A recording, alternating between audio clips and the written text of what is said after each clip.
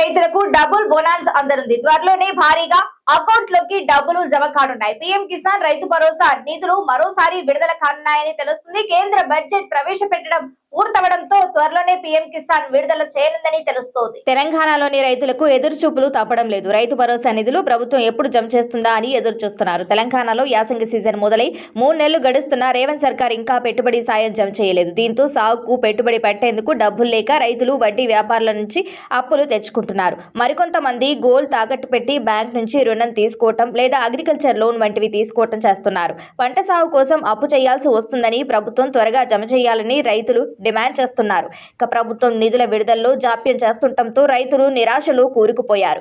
జనవరిలో రైతు భరోసా జమ చేయాల్సి ఉండగా కొన్ని కారణాల వల్ల ఆగిపోయింది. ఈ క్రమంలో రైతు భరోసా నిధులు ఎప్పుడు విడుదల అవుతాయనే విషయంపై స్పష్టత వచ్చింది. కేంద్ర ప్రభుత్వం త్వరలో పీఎం కిసాన్ పథకం కింద 2000 చొప్పున రైతు ఖాతాల్లో జమ చేయనుంది.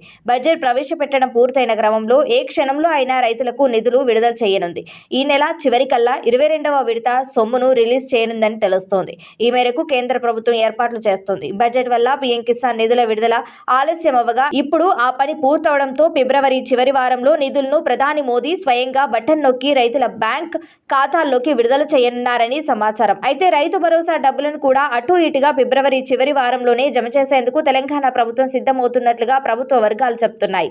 సంక్రాంతి పండగకి ఈ నిధులను విడుదల చేయాల్సి ఉండగా సాగులో ఉన్న పంట భూములను గుర్తించే శాటిలైట్ సర్వే ప్రక్రియ పూర్తి కాకపోవడం వల్ల జాప్యం జరిగింది.